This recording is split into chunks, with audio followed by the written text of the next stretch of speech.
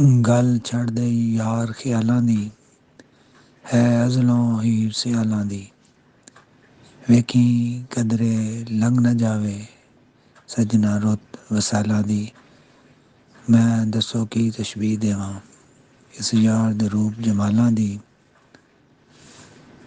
ਇਸ ਯਾਰ ਦੇ ਰੂਪ ਜਮਾਲਾਂ ਦੀ ਮੈਂ ਇਸ ਤੋਂ ਵੱਧ ਜਵਾਬ ਦੇਵਾਂ ਤੂੰ ਬਾਰਿਸ਼ ਕਰ ਸਵਾਲਾਂ ਦੀ।